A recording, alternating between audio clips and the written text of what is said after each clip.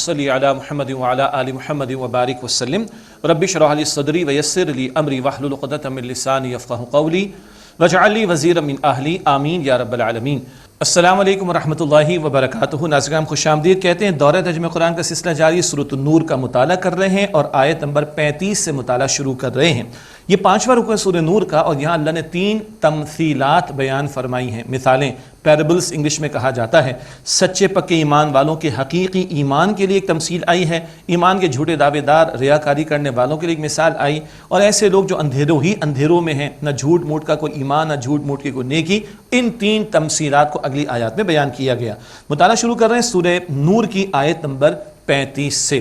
اس آیت میں انشاءاللہ بھی مطالعہ شروع کر رہے ہیں۔ اس آیت میں اللہ تعالیٰ نے حقیقی ایمان کی مثال عطا فرمائی ہے۔ ایک نور ایمان دل میں ہوتا ہے جو اللہ سبحانہ و تعالیٰ عطا فرماتا ہے اپنی وحی کے ذریعے، اور ایک فطرت کے اندر اللہ تعالیٰ نے ہم اپنا تعارف رکھا ہوا ہے۔ یہ فطرت والا تعارف جو نور ایمان ہے، اور جو وحی کا نور روشنی آتی ہے، ان دونوں کے مل جانے کے نتیجے میں سچا پکا حقیقی ایمان بندے کو ملتا ہے۔ اس کی ایک تمثیل ہے اگلی آیت میں۔ اعوذ باللہ من الشیطان الرجیم، بسم اللہ الرحمن الرحیم۔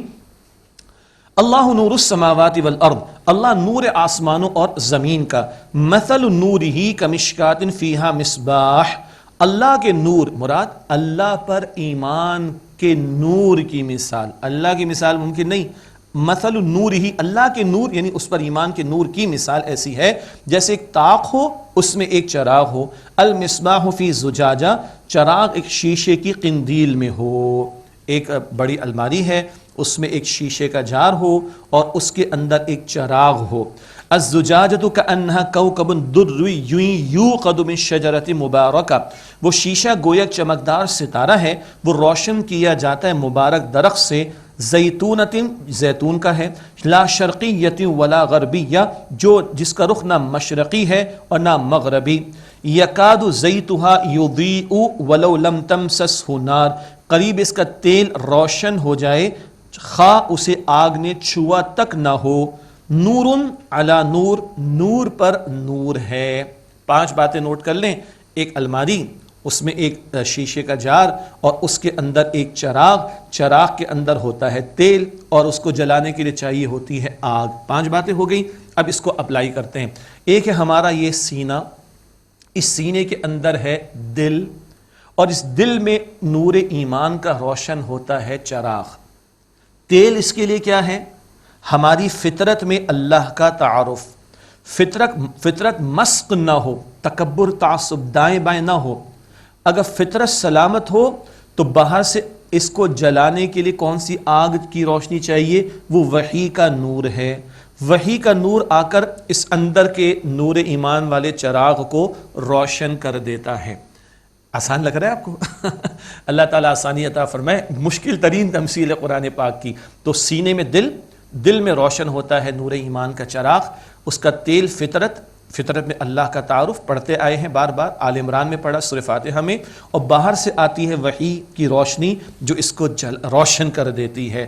سبحان اللہ۔ فرمایا نور علی نور، نور پر نور ہے، نور فطرت، ایمان عقلی، تعارف اللہ کا موجود، سورہ آل عمران میں ایمان عقلی کا ذکر تھا، اور نور وحی کیا ہے؟ وہ جو باہر سے آ کر اس کو روشن کرنے والی ہے، وہ ہے ایمان سمعی، پیغمبر کی بات۔ اللہ ہم سب کو نور ایمان عطا فرمائے۔ ویسے ہم نے اپنے اساتذہ سے سمجھا تھا، تھوڑے عرصے کے بعد سمجھ میں آیا تھا، امید ہے آپ کو سمجھ آ گئی ہوگی۔ مزید مطالعہ کریں گے تو انشاءاللہ اور ایک کلیئرٹی ہوگی اس کی۔ آگے چلتے، زیادہ تفصیل کا موقع نہیں۔ نور علی نور، نور پر نور ہے۔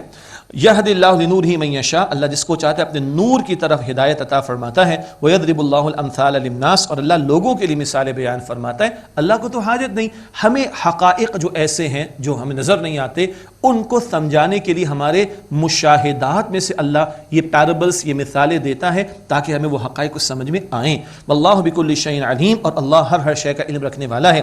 فی بیوت اذین اللہ ان ترفع ویذکر فیہا اسمہ، ان گھروں میں مراد مساجد ہیں، ان گھروں میں جن کی نسبت اللہ تعالیٰ نے حکم دیا ہے کہ انہیں بلند کیا جائے اور ان میں اس اللہ کے نام کا ذکر کیا جائے۔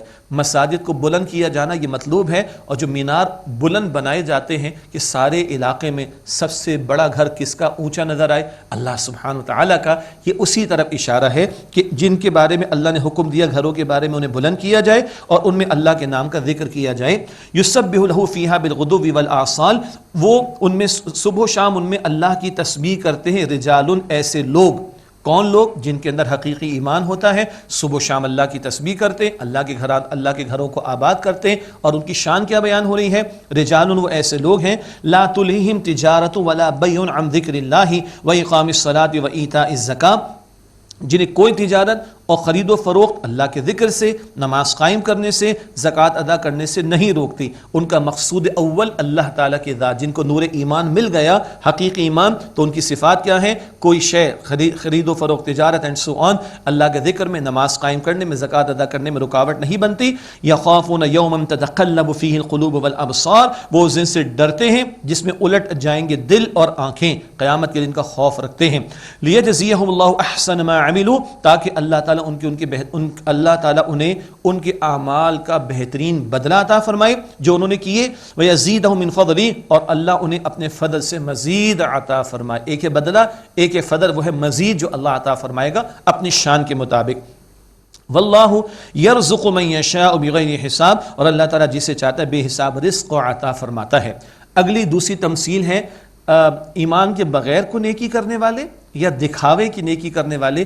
یہ تمثیل ایک پہلے بھی آئی تھی، اب یہ دوسری آ رہی ہے۔ فرمایا والذین کفروا اعمالهم کسراب بقیعۃ یحسبہ الظمآن ماء، اور جن لوگوں نے کفر کیا ان کے اعمال سراب، چمکتی ریت کے دھوکے کی طرح ہیں، چٹیل میدان میں۔ جیسے صحرا کے اندر اڑتی ہوئی ریت کیا محسوس ہوتی ہے؟ پانی، سراب ہے نا۔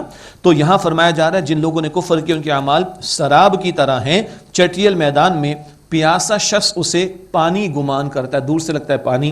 حتی اذا جاءہ لم یجدہ شیئا ووجد اللہ عندہ فوفاہ حسابہ، یہاں تک کہ جب وہ وہاں آتا ہے تو اسے کچھ بھی نہیں پاتا اور وہ اللہ سبحانہ وتعالیٰ کو اپنے پاس پاتا ہے اور اللہ تعالیٰ اس کا حساب چکا دیتا ہے۔ واللہ سریع الحساب، اور اللہ جلد حساب لینے والا ہے۔ ایمان کے بغیر بظاہر کوئی نیکی نظر تو آتی، حقیقت میں نہیں ہوتی۔ تو یہ تمثیل ہے ایمان کے بغیر بظاہر کوئی نیکی کرنے والا یا ریاکاری کے ساتھ، دکھاوے کے ساتھ نیکی کرنے والا، کچھ ہاتھ پلے نہیں پڑے گا۔ تیسری تمثیل یا پیربل آ رہی ہے، گہرے سمندر کی ایک مثال دی جا رہی ہے، اور یہ ہے اندھیرے ہی اندھیرے، نہ کوئی خیر کا ظاہری جھوٹا عمل ہے، نہ کوئی جھوٹا ایمان کا دعویٰ، کچھ بھی نہیں ہے، اندھیرے ہی اندھیرے۔ فرمایا او کظلمات فی بحر اللجی یغشاہ موج، یہ ان کے اعمال ایسے جیسے کہ گہرے سمندر میں اندھیرے جنہیں ڈھانپ لیتی ہے موج، من فوقہ موج من فوقہ سحاب، اس کے اوپر دوسری موج، اس کے اوپر بادل، ظلمات بعضها فوق بعض، اندھیرے ہیں ایک پر ایک دوسرا۔ اذا اخرج یدہ لم یکد یراہا، جب وہ اپنا ہاتھ نکالے تو توقع نہیں کہ اسے دیکھ سکے، ہاتھ کو ہاتھ سجھائی نہیں دیتا۔ وَمَن لَّمْ يَجْعَلِ اللَّهُ لَهُ نُورًا فَمَا لَهُ مِن نور، اور جس کے لیے اللہ تعالیٰ نور نہ بنائے اس کے لیے کوئی نور نہیں ہے۔ اللہ ہم سب کو نور عطا فرمائے۔ یہ وہ مثال آ گئی کہ نہ جھوٹا عمل ہے کوئی، نہ جھوٹا ایمان کا کوئی دعویٰ، اندھیرے ہی اندھیرے۔ ضمناً اس میں ایک سائنٹیفک فیکٹ کی طرف اشارہ، گہرے سمندر میں تاریکی ہی تاریکی ہوتی ہے، ہاتھ کو ہاتھ سجائی نہیں دیتا۔ ایک شخص جو فرینچ ایک کیپٹن تھا شپ کا، اس تک یہ بات پہنچی تو اس نے پوچھا کیا تمہارے رسول صلی اللہ علیہ وسلم نے کسی گہرے سمندر کا کبھی سفر کیا؟ فرمایا گیا، بتایا گیا نہیں کیا، اور ایسا ہے سیرت میں ثابت ہے کہ نہیں کیا حضور نے۔ کہا میں ایمان لاتا ہوں یہ اللہ کا کلام ہے، یہ کسی بندے کا کلام نہیں ہو سکتا۔ کیوں؟ جس نے کئی مرتبہ سفر نہ کیا ہو گہرے سمندروں کا، اس کو اس اندھیروں کے اندازے نہیں ہو سکتے، اور ہاتھ کو ہاتھ سجھائی نہیں دیتا، اس کو سمجھ نہیں آ سکتی۔ ایک سائنٹیفک فیکٹ بھی ہے، ایک شخص ایمان بھی لے آیا، اللہ تعالیٰ اس کا ایمان قبول فرمائے۔ ہمارے لیے رہنمائی کیا ہے؟ جس کے لیے اللہ نور نہ بنائے اس کے لیے کوئی نور نہیں۔ فجر کی سنتوں کے بعد نبی علیہ السلام فجر کی سنتیں گھر میں ادا فرماتے اور مسجد کی طرف تشریف لے جاتے فرض نماز ادا کرنے کے لیے فجر کی، تو دعائیں فرماتے جو مسنون دعاؤں کی کتابوں میں ہیں، نور ہی نور کا بیان، اللہم اجعل فی قلبی نورا وفی سمعی نورا وفی بصری نورا۔ میں سارا نہیں پڑھا، بہت طویل ہے۔ اے اللہ میرے دل میں نور، میری بصارت میں نور، میری آنکھوں میں نور، میرے ہاتھ میں نور، میرے پیر میں نور، میرے بالوں میں نور، میرے گوشت میں نور، میرے ہڈیوں میں نور، میرے دائیں نور، میرے بائیں نور، میرے سامنے نور، میرے پیچھے نور، اے اللہ میرے اوپر نور، اے اللہ میرے نیچے نور بنا دے۔ اور اللہ مجھے نور بنا دے. حضور عرض کر رہے ہیں اللہ مجھے نور بنا دے صلی اللہ علیہ وسلم. یہ مسنون دعا میں کتابیں ملیں گی مسنون دعاؤں کی، اس میں دعا آپ کو ملے گی. ہمیں اپنے معمولات میں نور مانگنے کی دعا بھی شامل کرنی چاہیے. آگے ارشاد ہوا الم تر ان اللہ یسبح له من فی السماوات والارض والطیر صافات. اے مخاطب کیا تم نے نہیں دیکھا کہ اللہ تعالیٰ کی تسبیح کرتی ہر وہ شے جو آسمان و زمین میں ہے اور پر پھیلائے ہوئے پرندے بھی اللہ کی قدرت کا شاہکار. کل قد علم الصلاۃ والتسبیح، ہر ایک نے جان لی ہے اپنی دعا یعنی وظیفے کو اور اپنی تسبیح کو. ہر ایک شے اللہ کی تسبیح کر رہی ہے. سورہ بنی اسرائیل آیت نمبر 44 میں بات آ چکی، مگر تم سمجھ نہیں سکتے. ہر ایک کا کوئی دعا اور وظیفہ ہے اللہ کو پکارنے کا، اور وہ تسبیح کر رہا ہے اللہ کی، مگر تم اس کی تسبیح کو سمجھ نہیں سکتے. واللہ علیم بما یفعلون، اور اللہ جانتا ہے جو وہ کرتے ہیں. وَلِلَّهِ مُلْكُ السَّمَاوَاتِ وَالْأَرْضِ، اور اللہ ہی کے لیے بادشاہت ہے آسمان و زمین کی. وَإِلَى اللَّهِ الْمَصِيرُ، اور اللہ تعالیٰ ہی کی طرف لوٹ کر جانا ہے. أَلَمْ تَرَ أَنَّ اللَّهَ يُزْجِي سَحَابًا ثُمَّ يُؤَلِّفُ بَيْنَهُ ثُمَّ يَجْعَلُهُ رُكَامًا. اے مخاطب کیا تم نے نہیں دیکھا کہ اللہ تعالیٰ بادلوں کو چلاتا ہے، پھر انہیں آپس میں ملا دیتا ہے، پھر انہیں تہ بتہ کر دیتا ہے. فَتَرَى الْوَدْقَ يَخْرُجُ مِنْ خِلَالِهِ، پھر تم دیکھتے ہو کہ ان کے درمیان سے بارش برستی ہے. وَيُنَزِّلُ مِنَ السَّمَاءِ مِنْ جِبَالٍ فِيهَا مِنْ بَرَدٍ، اور وہ آسمانوں میں جو اولوں کے پہاڑ ہیں ان سے اتارتا ہے اولے. کئی کلومیٹر طویل اور لمبے بھی ہوتے ہیں اولوں کے پہاڑ. فَيُصِيبُ بِهِ مَنْ يَشَاءُ وَيَصْرِفُهُ عَنْ مَنْ يَشَاءُ، پھر وہ جس پر چاہتا ہے انہیں ڈال دیتا ہے اور جس سے چاہتا ہے انہیں پھیر دیتا ہے. یکاد سنا برقہ یذہب بالابصار، قریب ہے کہ اس کی بجلی کی چمک آنکھوں کی بینائی کو لے جائے. یقلب اللہ اللیل والنہار، اللہ رات اور دن کو بدلتا ہے. ان فی ذلک لعبرۃ لأولی الابصار، بے شک اس میں عبرت ہے عقل مند لوگوں کے لیے. واللہ خلق کل دابۃ من ماء، اور اللہ نے ہر جاندار کو پانی سے پیدا فرمایا. فَمِنْهُمْ مَنْ يَمْشِي عَلَى بَطْنِهِ، بس ان میں سے کوئی اپنے پیٹ کے بل چلتا ہے. وَمِنْهُمْ مَنْ يَمْشِي عَلَى رِجْلَيْنِ، اور ان میں سے کوئی 2 پاؤں پر چلتا ہے. وَمِنْهُمْ مَنْ يَمْشِي عَلَى 4، اور ان میں سے کوئی 4 پاؤں پر چلتا ہے. يَخْلُقُ اللَّهُ مَا يَشَاءُ، اللہ جو چاہتا ہے پیدا فرماتا ہے. اس سے زائد ٹانگوں والے بھی آپ کو دنیا کے اندر کچھ جانور مل جائیں گے. ان اللہ علی کل شیء قدیر، بے شک اللہ ہر شے پر قدرت رکھنے والا ہے. لقد انزلنا آیات مبینات، یقین ہم نے واضح آیات نازل فرمائی. واضح آیات بھی ہیں اور وہ وضاحت کر دینے والے احکامات بھی اللہ نے عطا فرمائے. واللہ یہدی من یشاء الی صراط مستقیم، اور اللہ جسے چاہتا ہے سیدھے راستے کی طرف ہدایت عطا فرماتا ہے. اگلی آیات میں منافقین کا تذکرہ آ رہا ہے جو ایمان کے جھوٹے دعوے دار تھے، اور پھر سچے ایمان والوں کا ذکر آئے گا، اور یہ بھی مدنی صورتوں کے مضامین ہیں. وَيَقُولُونَ آمَنَّا بِاللَّهِ وَبِالرَّسُولِ، اور وہ کہتے ہیں کہ ہم اللہ اور رسول پر ایمان لائے. وَأَطَعْنَا، اور ہم نے حکم مانا. ثُمَّ يَتَوَلَّى فَرِيقٌ مِّنْهُم مِّن بَعْدِ ذَلِكَ، پھر اس کے بعد ان میں سے ایک فریق پھر گیا. وَمَا أُولَٰئِكَ بِالْمُؤْمِنِينَ، اور وہ ایمان والے نہیں. اگر صرف سنتے ہیں اور اطاعت نہیں کرتے تو ایمان کا دعویٰ درست نہیں ہے. یہ منافقین کا ذکر آ رہا ہے. ہم تو مسلمان پکے ایمان والے نا، ہم سننے کے بعد عمل کر رہے ہیں کہ نہیں؟ یہ سن ہو کر بیٹھے ہوئے ہیں، یہ ہمیں غور کرنا چاہیے. ان منافقین کا بیان وَإِذَا دُعُوا إِلَى اللَّهِ وَرَسُولِهِ لِيَحْكُمَ بَيْنَهُمْ إِذَا فَرِيقٌ مِّنْهُمْ مُعْرِضُونَ، اور جب وہ اللہ سبحانہ وتعالیٰ اور اس کے رسول علیہ السلام کی طرف بلائے جاتے ہیں تاکہ وہ ان کے درمیان فیصلہ کر دیں، تو اچانک ان میں سے ایک فریق منہ پھیر لیتا ہے. سنت کی تعلیم ان کو پسند نہیں تھی. منافقین نبی علیہ السلام کے احکامات ارشادات پر عمل ان کو پسند نہیں تھا، اعراض کرتے تھے. فرمایا وَإِن يَكُن لَّهُمُ الْحَقُّ يَأْتُوا إِلَيْهِ مُذْعِنِينَ، اور اگر ان کے لیے کوئی حق پہنچنے کا معاملہ ہوتا تو اس بات کی طرف گردن جھکائے خوشی سے چلے آتے. مطلب کی بات ہو تو فوراً مانیں گے. میٹھا میٹھا ہا کڑوا کڑوا تھو تھو والی بات ہے. افی قلوب مرض ام ارتاب ام یخافون ان یحیف اللہ علیہم ورسولہ، کیا ان کے دلوں میں کوئی مرض، کوئی بیماری ہے، یا وہ شک میں پڑے ہوئے ہیں، یا وہ ڈرتے ہیں کہ اللہ اور اس کے رسول ان پر کوئی ظلم کا معاملہ کریں گے معاذ اللہ. بل اولئک هم الظالمون، بلکہ وہ ظالم ہیں. اب سچے ایمان والوں کا بیان.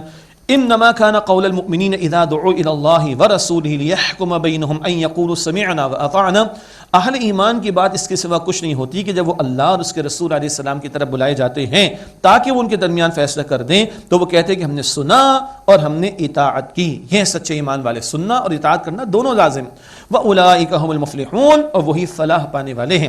وَمَن يُطِعِ اللَّهَ وَرَسُولَهُ وَيَخْشَ اللَّهَ وَيَتَّقْهِ فَأُولَٰئِكَ هُمُ الْفَائِزُونَ، اور جو کوئی اللہ تعالیٰ اور اس کے رسول علیہ السلام کی اطاعت کرے اور اللہ تعالیٰ سے ڈرے اور اللہ تعالیٰ کا تقوی اختیار کرے، گناہوں سے بچے، بس وہی لوگ کامیاب ہونے والے ہیں.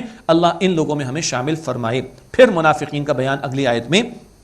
وَأَقْسَمُوا بِاللَّهِ جَهْدَ أَيْمَانِهِمْ، اور ان لوگوں نے اللہ تعالیٰ کی پرزور قسمیں اٹھائیں، لَئِنْ أَمَرْتَهُمْ لَيَخْرُجُونَ، کہ اگر آپ انہیں حکم دیں گے وہ ضرور نکل کھڑے ہوں گے جہاد و قتال کے لیے، یعنی چاہتے ہیں کہ VIP کال ان کو آ کر دی جائے۔ قُلْ لَا تُقْسِمُوا، آپ فرما دیجیے تم قسمیں مت اٹھاؤ، طاعۃ معروفہ، تمہاری اطاعت خوب معلوم ہے، یہ دعوے بس تمہاری اطاعت کے رویے معلوم ہیں، ان اللہ خبیر بما تعملون، بے شک اللہ تعالیٰ اس سے خوب واقف ہے جو تم اعمال کرتے ہو۔ اگلی آیات اطاعت رسول کے حوالے سے بہت اہم ہیں، اس کو ہم جوڑیں گے آگے انشاءاللہ مزید ایک نقطے کے تعلق سے۔ قل اطیعوا اللہ واطیعوا الرسول، اے نبی صلی اللہ علیہ وسلم فرما دیجئے اللہ تعالیٰ کی اطاعت کرو اور رسول علیہ السلام کی اطاعت کرو۔ فإن تولوا فإنما علیہ ما حمل وعلیکم ما حملتم، پھر اگر تم پھر گئے تو بے شک رسول علیہ السلام پر اسی قدر ذمہ داری کا معاملہ ہے جو ذمہ داری ان پر ڈالی گئی، اور تم پر وہ لازم ہے جو ذمہ داری تم پر ڈالی گئی۔ ہر ایک اپنا جواب دے گا، تم اطاعت سے رسول سے فرار اختیار کرو گے تمہارا اپنا نقصان ہوگا، تم نے خود اس کا جواب دینا ہوگا۔ وَإِن تُطِيعُوهُ تَهْتَدُوا، اور اگر تم ان صلی اللہ علیہ وسلم کی اطاعت کرو گے تو ہدایت پاؤ گے۔ یہ ہے اطاعت رسول کی اہمیت جو اس مقام پر آ رہی ہے صلی اللہ علیہ وسلم۔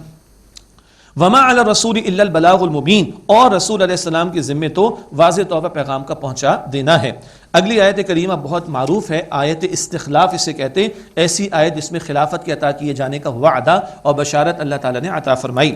وعد اللہ الذین آمنوا منکم وعملوا الصالحات لیستخلفنہم فی الارض، اللہ تعالیٰ نے وعدہ فرمایا تمہیں سے ان لوگوں سے جو ایمان لائے اور جنہوں نے نیک اعمال کیے، اللہ ضرور انہیں زمین میں خلافت عطا فرمائے گا، کما استخلف الذین من قبلہم، جیسے کہ اللہ تعالیٰ نے اس سے پچھلے لوگوں کو خلافت عطا فرمائی تھی۔ شرط ہے ایمان اور نیک اعمال، محض تمناؤں سے خلافت کا نظام قائم نہیں ہوگا، محض تبصروں سے خلافت کا نظام قائم نہیں ہوگا، محض بیٹھے رہنے سے تمناؤں سے قائم نہیں ہوگا، ایمان کے ساتھ ایمان کے تقاضوں پر عمل کرنا، اور وہ جہاد بھی ذکر آ چکا تفصیلی معنی میں، خود اللہ کی بندگی کی کوشش، بندگی کی دعوت کی کوشش، بندگی والے نظام کو قائم کرنے کی جد و جہد کی کوشش، ایمان کے تقاضوں پر عمل کرو گے اللہ کہتا ہے خلافت عطا فرمائے گا جیسے اللہ نے پچھلے لوگوں کو عطا فرمائی۔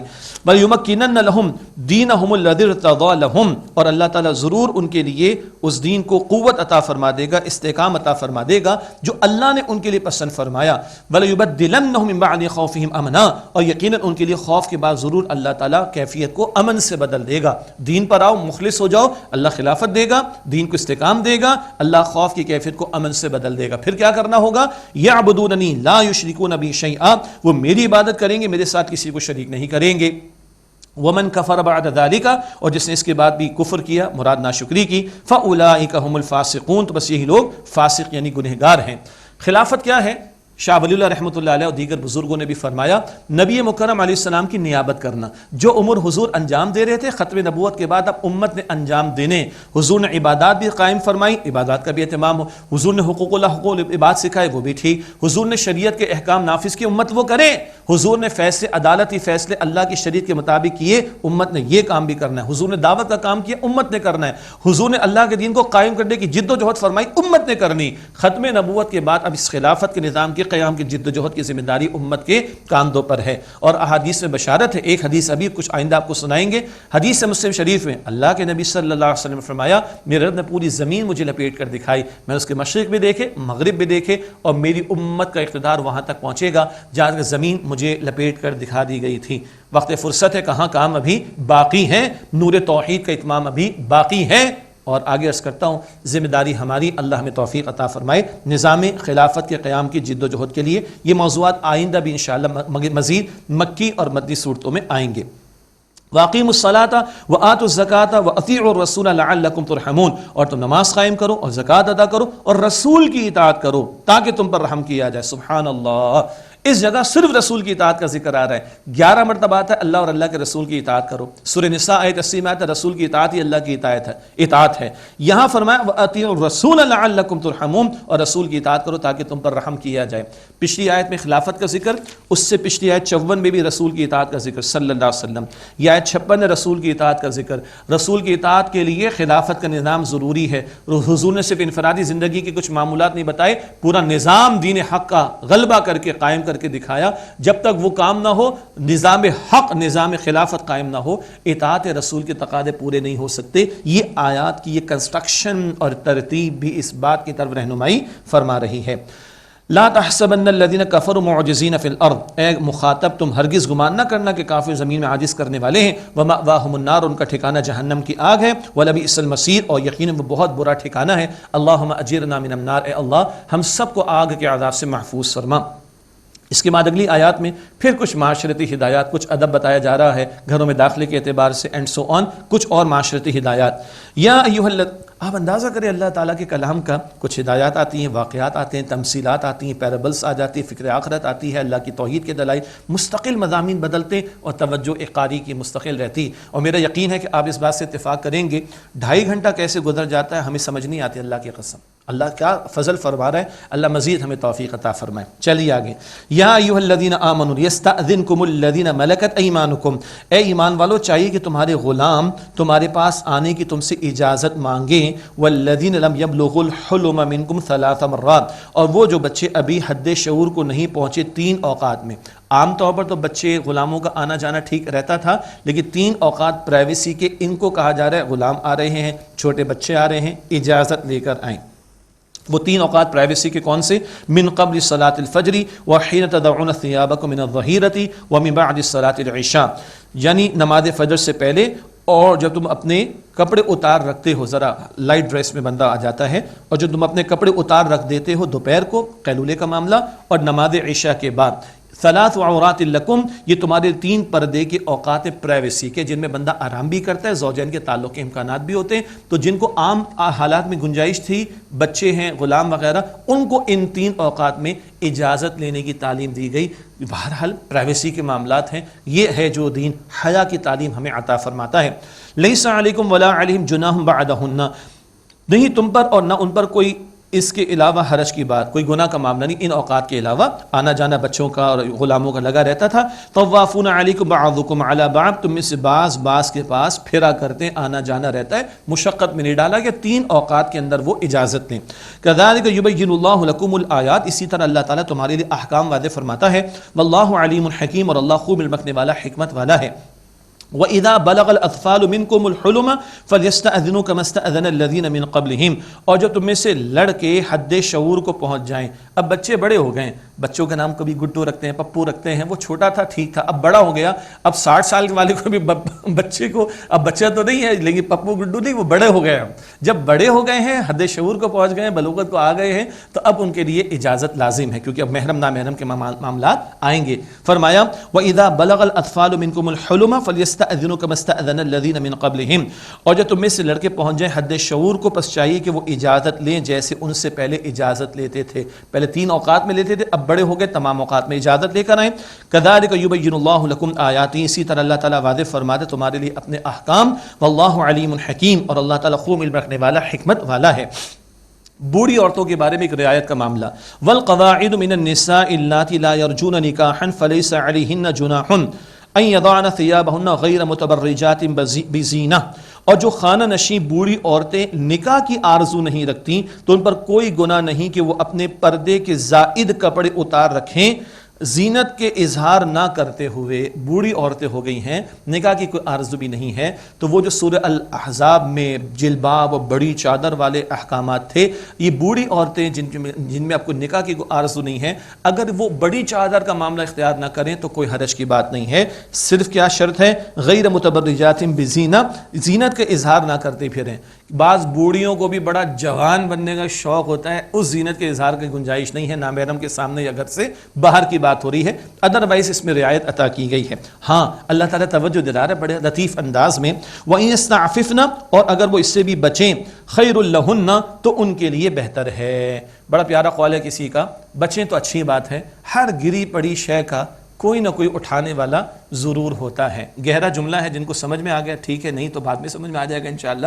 ہر گری پڑی شے کا کوئی نہ کوئی اٹھانے والا ہوتا ہے، یہ بھی اگر احتیاط کریں تو ان کے لیے بہتر ہے۔ واللہ سمیع علیم، اور اللہ خوب سننے والا، علم رکھنے والا ہے۔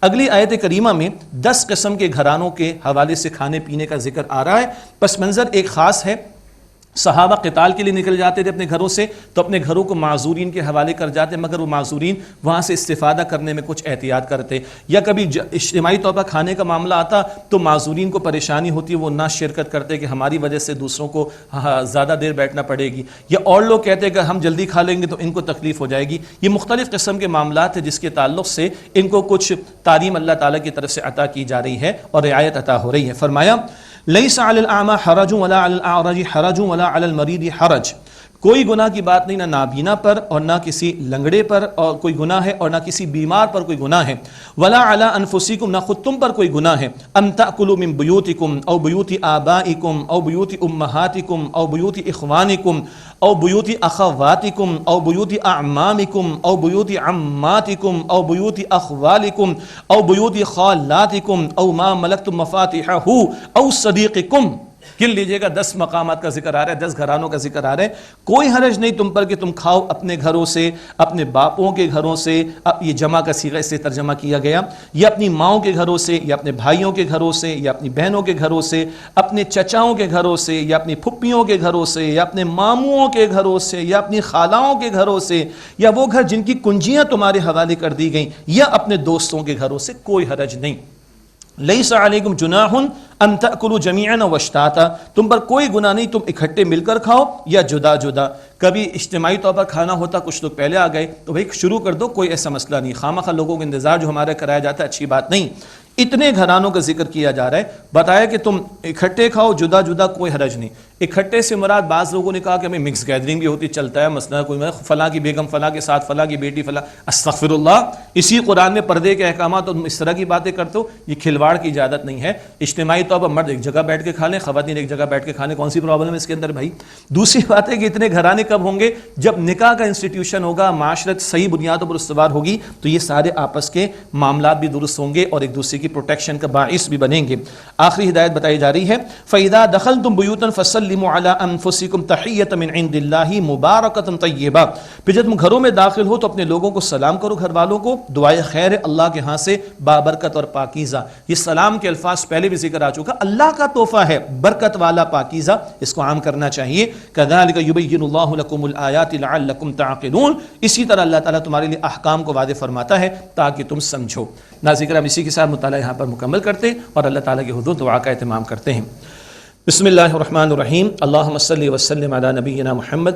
اے اللہ ہم سب کی، ہمارے والدین کی، ہمارے گھر والوں کی اور تمام مسلمانوں کی مغفرت فرما۔ اے اللہ ہمارے صغیرہ کبیرہ تمام گناہوں کو بخش دے۔ اے اللہ اپنے فضل سے ہم سب کی مغفرت فرما دے۔ اے اللہ ہمیں سچی پکی توبہ کی توفیق عطا فرما دے۔ اے اللہ ہمارے مرحومین کی مغفرت فرما دے۔ اے اللہ ہمارے والدین، ہمارے گھروں میں سے، ساتھیوں میں سے جو لوگ اس دنیا سے چلے گئے، اللہ سب کی مغفرت فرما دے، ان کے درجات کو بلند فرما۔ اے اللہ ہم سب کو جہنم سے آزاد فرما دے۔ اے اللہ ہمیں جنت الفردوس عطا فرما دے۔ اے اللہ روز قیامت نبی اکرم علیہ السلام کی شفاعت عطا فرما۔ اے اللہ ہم سب سے راضی ہو جا۔ اے اللہ ہم سب سے راضی ہو جا۔ اے اللہ ہم سب سے راضی ہو جا۔ وصلی اللہ علی النبی الکریم وعلی آلہ واصحابہ اجمعین، آمین برحمتک یا